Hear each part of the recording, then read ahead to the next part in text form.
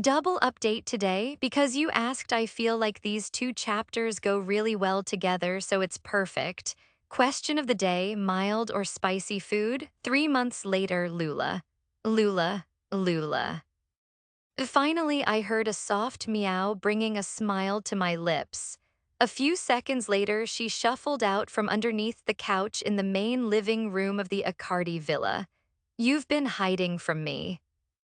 I pouted my lips, dropping down next to her on the floor.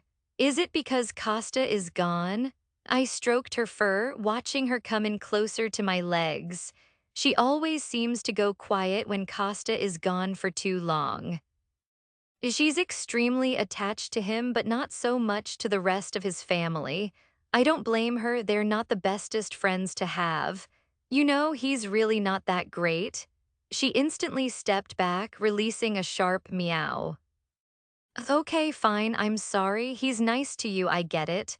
I didn't get it. Costa's a dick, but I can't upset Lula, she's my friend. This situation is so weird, Lou. You like me and him, but we hate each other. You think this is what it will be like when we have a baby? I frowned. I can't imagine the day Costa and I decide it's time to have a child. We don't speak at all. He'd probably call me into his office and present a formal contract detailing everything about the baby-making process. How awkward. What shall we do for the rest of the day, Lula? Her response was exactly what I'd hoped. She snuggled into my lap, resting her face on her front paws. That's exactly what I was thinking too. I grinned. This is why we're friends. After a few minutes of stroking her fur, I lifted her up into my arms. We decided to go and watch a movie in the cinema room. Lula's favorites are always horror movies or thrillers. She loved them. First, we went to the kitchen to get a bottle of wine for me, and we got Lula one of her favorite snack pouches. The popcorn was already in the cinema room. Then we headed down to the cinema room in the East Wing. Say something. I I don't know what you want me to say. The two voices had me slowing to a stop in the hallway as we approached the cinema room. Since I was carrying our things, Lula was walking calmly alongside me. Her ears perked up at the conversation we'd stumbled upon. I just told you how I feel. You have nothing to say. It was one of the twins speaking, but I wasn't sure which one. I hadn't had much contact with them since the water balloon they dropped on me during my first morning at this house. Bianca? Wait, no, Bianca. He called after her when the door suddenly opened and a teenage girl came running out. Lula meowed, flinching at the sight of the girl rushing past us. She was fast, but I managed to catch a glimpse of her startled expression. Her blue eyes met mine only fleetingly before she rushed down the hallway and out of sight. A groan coming from the cinema room caught my attention as I rounded the corner, stopping in the doorway. Aiden was leaning against the wall by the door with his eyes closed. However, the few steps I took quickly alerted him to my presence. His eyes snapped open, revealing his familiar green orbs. What the hell are you doing here? His voice was much colder with me than it was with that girl only a few moments ago. We were coming to watch a movie. I nodded down at Lula on the floor and the wine I was carrying. Go somewhere else, he muttered. He leaned his head back against the wall and closed his eyes again. His entire demeanor was rigid and he swallowed harshly, causing his Adam's apple to bob. Who was that girl? I told you to leave. He refused to open his eyes when he replied, I don't answer to you, Aiden. I snapped and he finally opened his eyes again. Surprisingly, he didn't argue back with me even when my tone became harsher. He only released a sigh, pushing himself up off the wall. Aiden was about to make a move to leave when I spoke again. Did you tell her you like her? No. He snapped back almost instinctively, but then changed his answer with a defeated nod. Yeah, then you should go after her.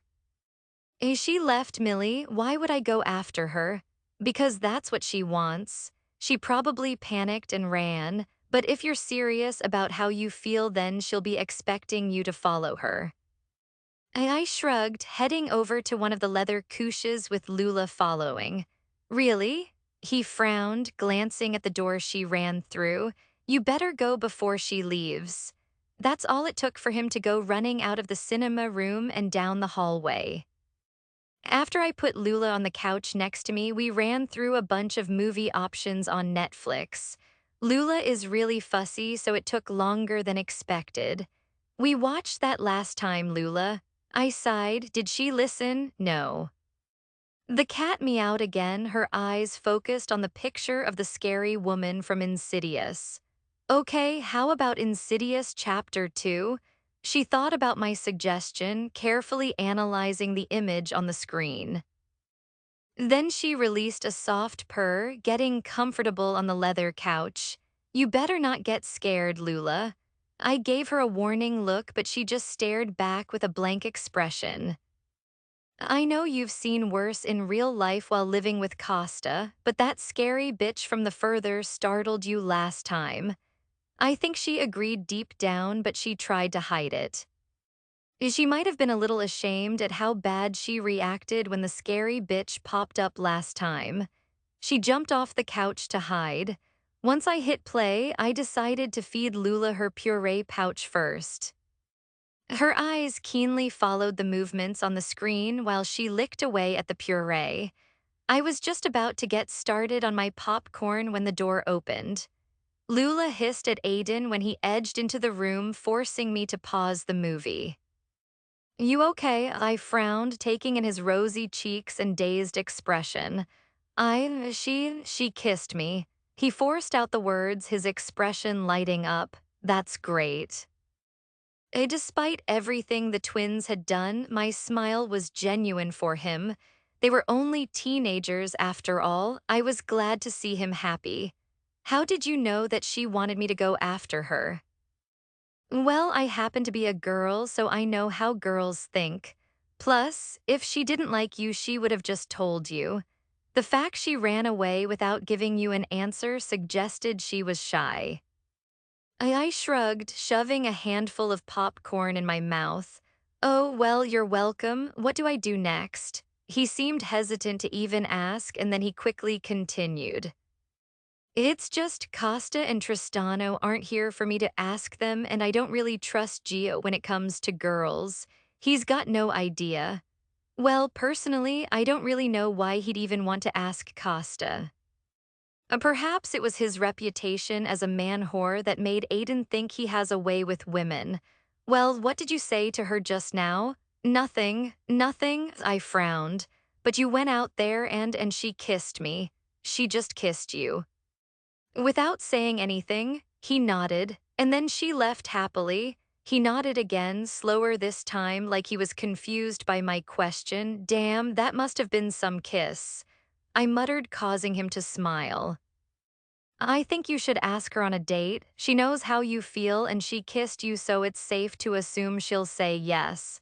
When I come up with a plan, could you listen to it, just briefly? You're the only girl in this house, so your opinion is important.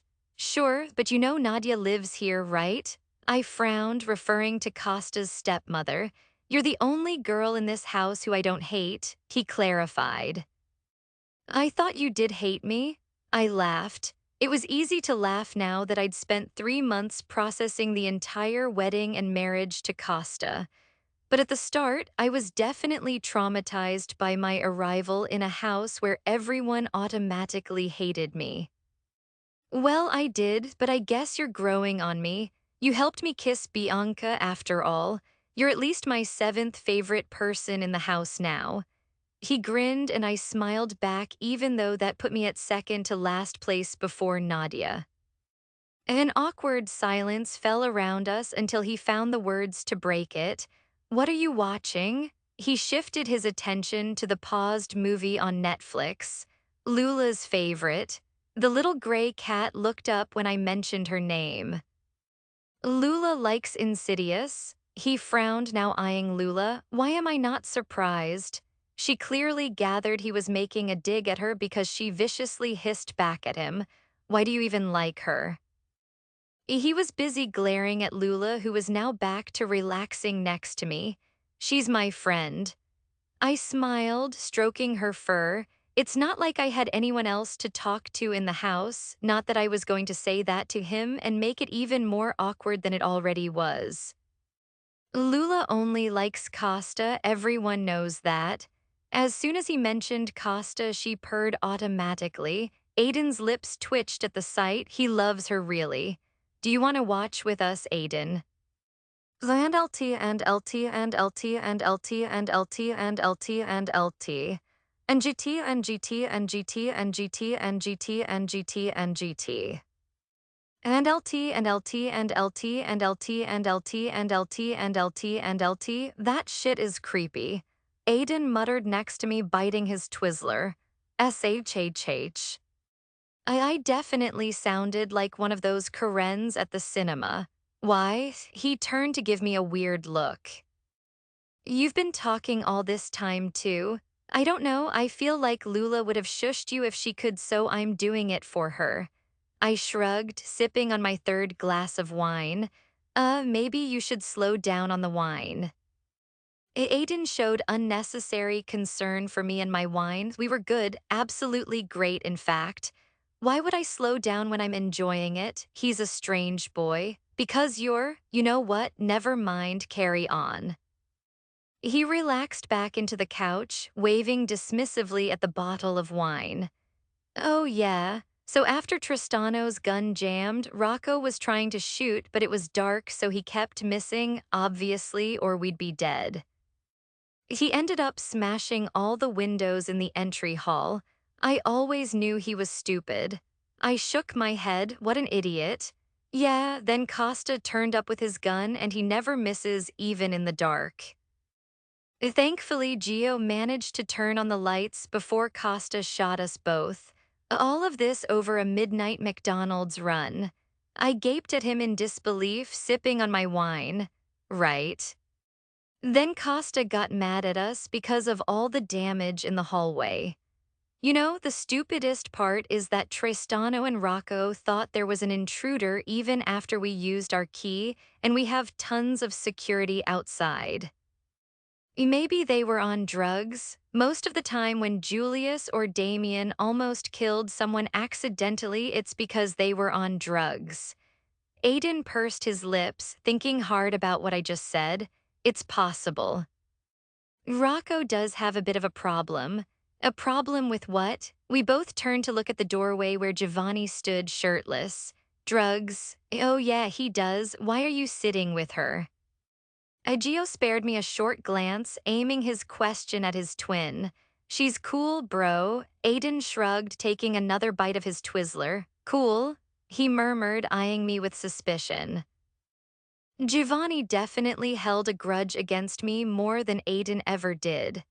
He's hated me ever since we first laid eyes on each other when he bumped into me at the gala, the night Costa sabotaged my marriage alliance with Victor Kozlov. I can't say I feel any different, popcorn. I held out the bowl towards him, keeping my eyes on the screen. It's almost finished. Gio stated dryly how cute he thought I was offering it to him. I know, Gia. That's why I'm giving you the bowl. Go and fill it up.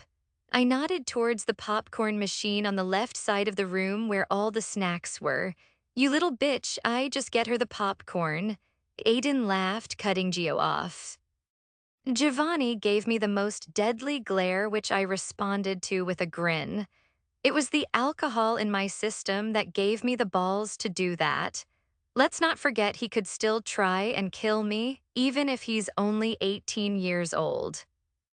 Try it, bitch, I muttered, feeling my adrenaline and confidence skyrocket. Suddenly I was ready to fight a bitch. What? Aiden frowned. Try what? Fight me. I glared at Giovanni, who was now filling my bowl at the popcorn machine. But I'm bringing you your popcorn. He was so confused, like a scared little puppy. See, you're all talk. I shook my head, gulping down my wine. He didn't have the balls to fight me. Is she drunk? Gio questioned his twin, eyeing the way I was now protectively gripping my glass of wine like it was the most precious gold chalice. No. I pouted, this family hates me being drunk, but the question is why? I'm cool as fuck when I'm drunk. Yeah. Aiden laughed, snatching the bowl of popcorn from Giovanni. Then Giovanni moved Lula to the floor, which she definitely protested against. She immediately went to attack him, hitting out at his feet with her paws. Her claws were kept trimmed, so it did very little except tire her out. Move over, bitch. Gio glared at me, using his head to gesture to me to move. With an exaggerated huff, I moved next to Aiden to allow my sworn enemy to sit next to me. For the rest of the movie, I sat between them on the couch with the popcorn bowl on my lap. They were eating more than me, but when Giovanni temporarily stole my wine from me, then I was forced to eat to counteract the urge to drink more. Bro, pass me a Twizzler. Giovanni leaned across me to tap Aiden on the arm. SHHH, I hissed, you just spat on me. Gio rubbed at his cheek, sending me a murderous look. You're the one who shoved your face in front of me. I'm trying to watch the movie. I just wanted a Twizzler, bitch. At this point, Lula decided to make herself known by hissing at the three of us from her place on the floor. Now you've upset Lula. I scowled at Giovanni, who returned the same sour expression. He opened his mouth to speak, but Aiden quickly shoved a Twizzler in his open pie hole. Here, thanks, bro. He spoke through the sweet in his mouth, flashing me one last look before moving back to his previous position. You know, you were never invited to my movie night. I pointed out. Nah, I run this house. Giovanni grinned through a mouthful of Twizzler. What? No, you don't. I have more claim over it than you do. It's my family's home, you're not family. Despite the harshness of his words, he actually didn't say it maliciously. He said it in a matter-of-fact tone like it was obvious. True, I sighed, relenting from the fight. I can already see it, you two are going to be besties. Aiden grinned as if Gio and I weren't extremely tense from having to sit next to each other. I accidentally made eye contact with Giovanni, and I almost felt like throwing up my wine and popcorn. Maybe it was because wine and popcorn don't actually go well together, but it was more likely due to the thought of us ever being friends. Aiden was nice, Giovanni was not.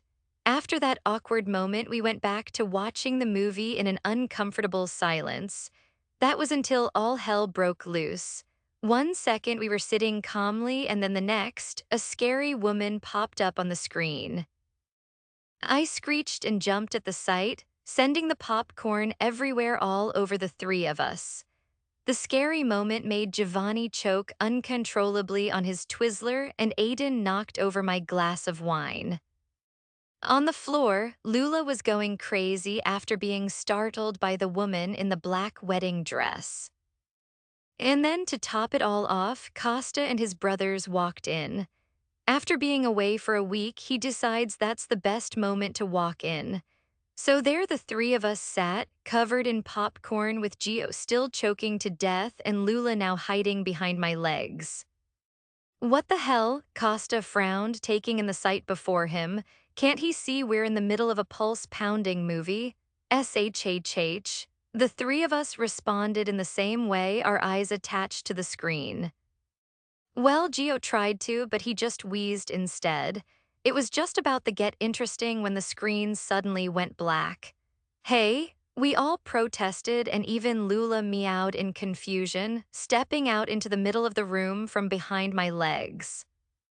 At that moment, he decided to turn the lights on again. She looked around until her eyes landed on Costantino. Then she immediately rushed towards him, gazing up at him adoringly. He stopped to give her some attention while the twins and I waited to find out why he ruined our movie. You, get up, I'm sorry. I rose an eyebrow at him, daring him to speak to me again like that. Get up, you need to get ready. I don't remember signing up to be your bitch, Costa. I narrowed my eyes at him. Ask me politely. Get the hell up, what did you think of that? He tilted his head to the side questioningly, still stroking Lula's fur. She's such a little traitor. I think you can take one of the twins, preferably Giovanni. At the mention of his name, Giovanni wheezed out a reply since his airways were still sore from choking on his Twizzler. Screw you. So I'm not going anywhere, it's Sunday night. You say that like you have work tomorrow. My deadpan expression had him fighting back a smile. I live an important life, baby. Did you just call Costa's wife baby? Irako scoffed, amusement written all over his face. Gio only shrugged, a stupid smirk stretching across his lips. Shut up. Costa snapped at his younger cousin, annoyance clouding his features. Then he turned to me and it became even stronger. I won't tell you again, it's an important event, you need to come with me. Whatever, I sighed. Just let me finish my damn movie first. And LT and LT and LT and LT and LT and LT and LT. And GT and GT and GT and GT and GT and GT and GT. And LT and LT and LT and LT and LT and LT and LT and LT. Millie, what are you doing here alone? Nadia Accardi, Costa's stepmother, approached me in the empty entry hall.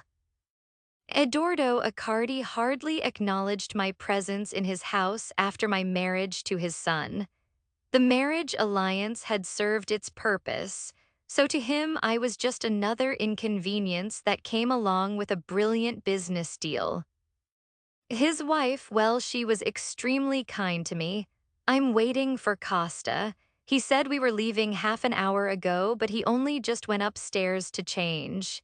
He's just up there swapping one luxury suit for another. Even after he disturbed my movie, he still left me waiting for him. You're going out? She eyed the satin navy full-length dress I was wearing. Yeah, to some gala or event. I shrugged, dropping down on a plush bench off to the side in the entry hall. Is it normal for him to leave you waiting? She frowned, sitting down next to me. Yeah, I guess. It's not like I'm a priority for him. Acosta had made it pretty clear over the last 3 months where I was on his priority list. I wasn't on it. His family, the Sicilian Mafia, and anything else he could think of would always come before me. Which is fine because I was exactly the same with him. But it kind of sucked when I had to wait half an hour for him to go upstairs to change even when I was on time. Millie, you know this isn't going to last forever, right? Nadia smiled, her voice softening. Really? I scoffed. I can't imagine the two of us ever getting on or even having respect for each other. Even if, and it's a big if, Costa ever came to like me or respect me, I would never feel the same for him. Not after the way he spoke down to me over my arachnophobia. It will come, it's taking just a little longer than it should. When I didn't give her a response, she released a soft sigh, turning to face me on the bench. When I married Eduardo, yes, we were in love, but it wasn't how I pictured it to be. He didn't trust me with anything to do with his business. He'd always go into another room for his phone calls, and he'd be vague with his explanation when he had to cancel on me. She spoke with a soft frown, thinking back to the last couple years of her marriage to the current dawn of the Sicilian Mafia. I don't think he really trusted me around his family either. I was an outsider, even if he loved me. That's how this family is programmed, Millie. They don't like outsiders, they never have. His children still hate me to this day, although there's definitely more behind that. Costa hated her because she was his father's second wife. I didn't even need to ask him to know that was the reason. I once told him he had mommy issues. It was mean but true. Costa and his brothers hated anyone even mentioning their mother. Now imagine the hatred they felt towards the woman who married their father in her absence. Well, when did it change? Your relationship with Eduardo, I mean. I don't know. I think he eventually realized what was going on himself and he started changing. It took a long time, but he trusts me more now. Acosta will be the same. I seriously doubt it. He will, Millie, maybe not right now, but remember you're going to be married for a long time, hopefully. She added with a grin. Hating someone is exhausting. You'll each figure that out on your own. It's counterproductive for the two of you to hate each other so much, especially when children come along. Children. My eyes widened at her mention of us possibly starting a family. At the same time, the sound of footsteps and shouting approached. Costa was coming down the stairs while ranting away in Italian at someone on the phone. After living in Sicily for 3 months, I'd learned a few very basic Italian words, but not many. I was much too busy trying to keep my company alive, I didn't have time to learn a new language. Acosta barely glanced in my direction as he stormed straight out of the villa while arguing on the phone. I guess that's my cue. I sighed, dreading having to share a car with my very angry husband again.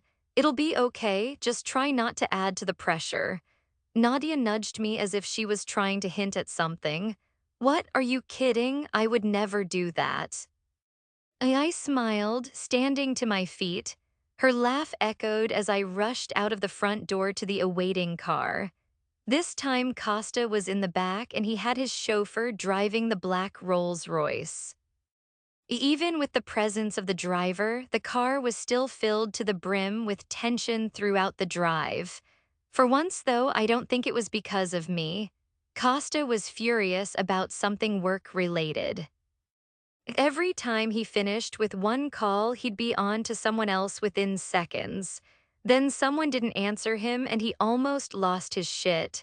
Fuck. My eyes widened when he threw his phone on the seat next to him, then it bounced into my lap. I don't know about you, but in my eyes, phones are precious. They hold someone's entire life, contacts, secrets, and memories. And my arch nemesis's phone just landed in my lap, something I wouldn't dare touch if I wanted to keep my hand attached to my arm. I was pretty much staring at the phone like it was a spider just chilling on my lap. I think I was going to cry. At this point, I think it's needless to say I'm terrified of spiders. What do I do with this? I turned to look at my husband, who is now watching me with a weird expression. What the hell is the matter with you? He snapped, reaching over to grab his phone from my lap. It felt like the weight of the world was lifted off me, literally. I think his phone was made out of solid gold, rich people shit. Would you have bit my head off if I touched it? Probably. See? He wouldn't have been able to handle the sight of his precious phone in my hand.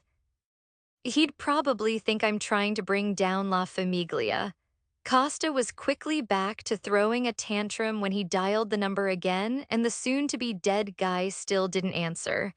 Fucking incompetent son of a bitch. He pretty much growled out the words through gritted teeth, furiously typing away on his phone. You know, you're acting a little crazy right now. Yeah, say one more word and we'll see just how crazy I can get.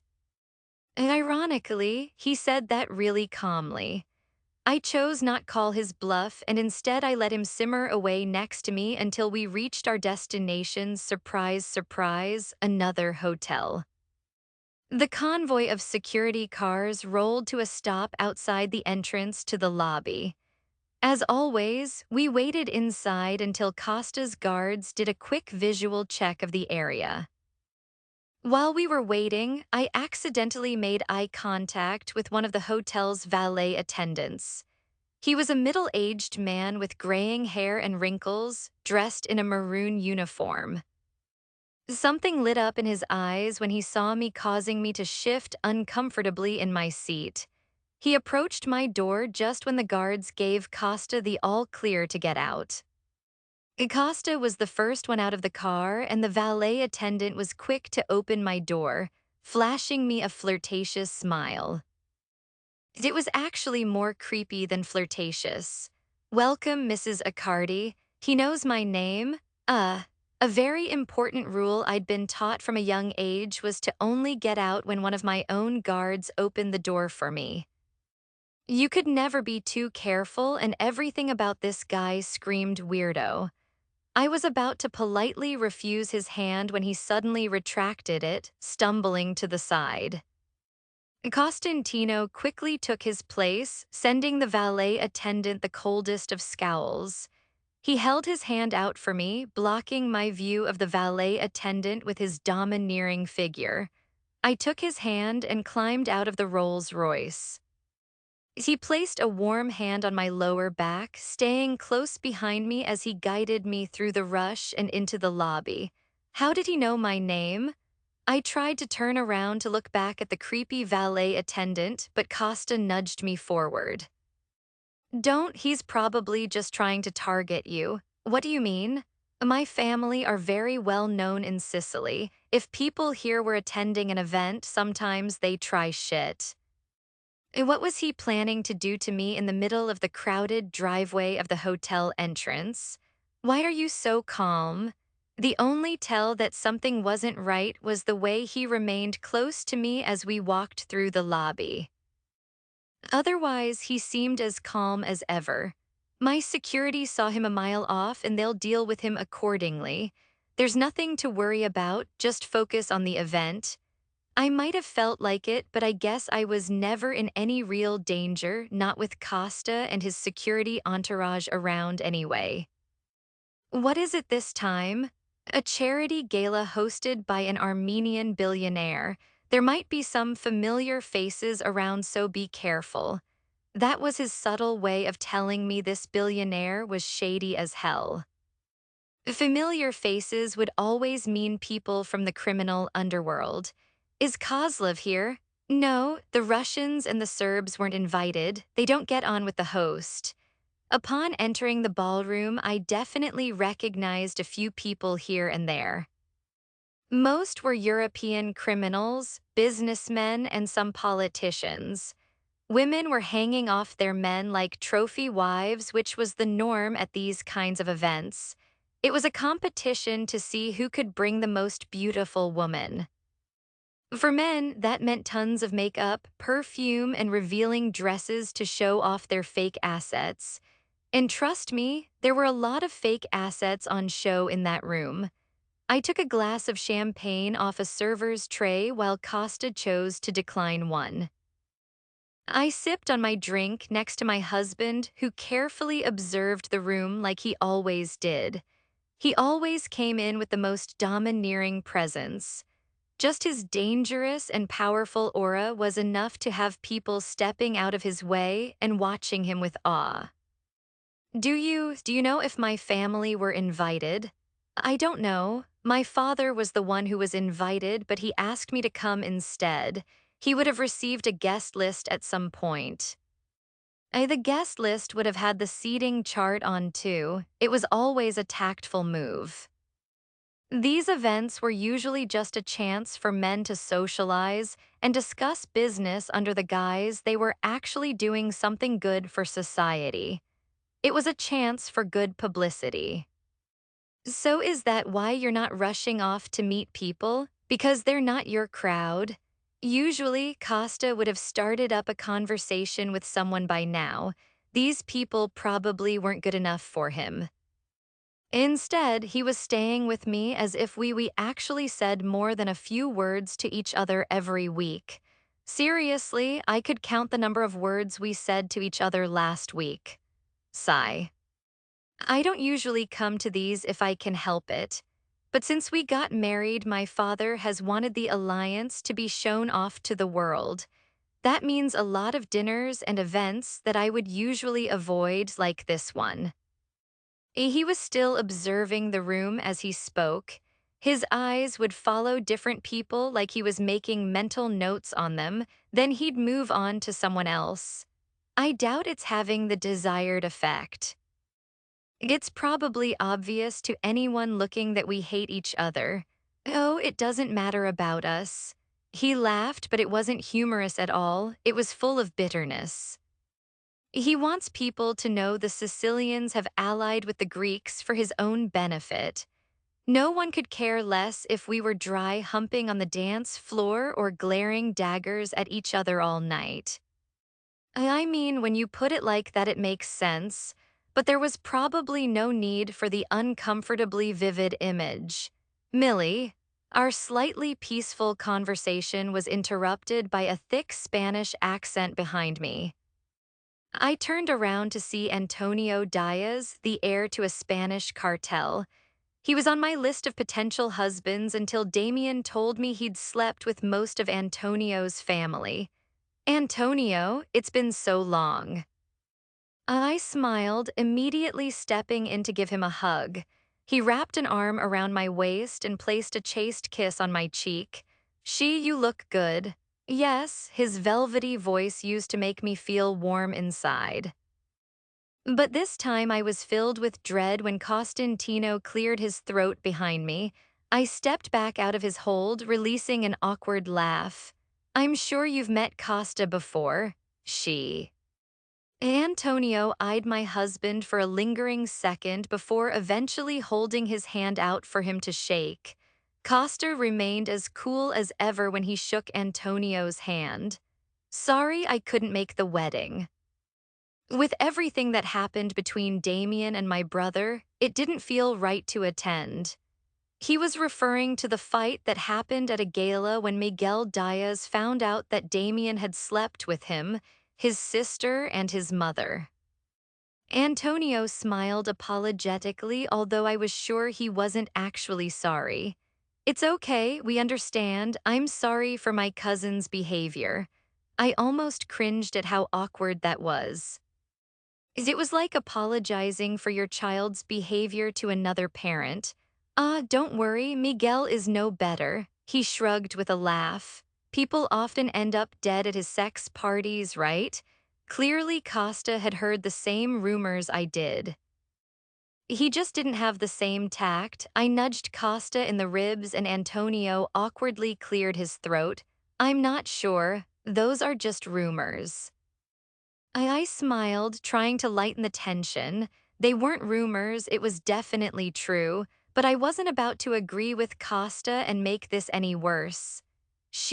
Well, if you're around later, we can catch up, Millie.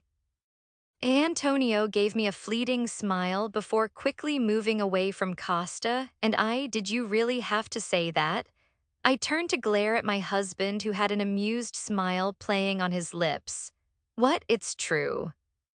I know it's true, but there are some things you just don't say to someone, and accusing their brother of murdering people at secret sex parties is one of those things.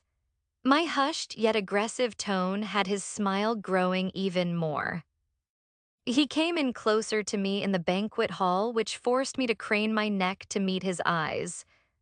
Is he a friend of yours? Yes. Costa nodded, reaching his hand up to move a stray piece of hair from my face. If you ever let another man touch you again, there will be consequences. Do you understand? He spoke so softly yet so ominously. His eyes held nothing but anger and promise, even if his movements were so gentle. The intensity between us was electric. His green eyes refused to break away from my brown ones. I asked you a question, Millie. Screw you, you don't have the right to stop me from hugging a friend. My response had his eyes darkening as I quickly took a step back to put some distance between us. Costa was for sure about to give me shit, but something or someone behind me stopped him. Go to the bar. What? I frowned, attempting to turn around, but he quickly grabbed my hand. Don't turn around, just go. I'll come and get you in a minute. It wasn't a minute. Costa left me drinking martinis at the bar for half an hour. The couple of times we made eye contact, he would just look away to focus back on the old man he was speaking to.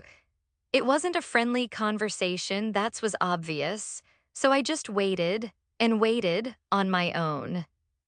He's more moronic than I thought if he's stupid enough to leave you alone here. My entire body froze at the familiar, strong scent of his cologne and that unmistakable accent.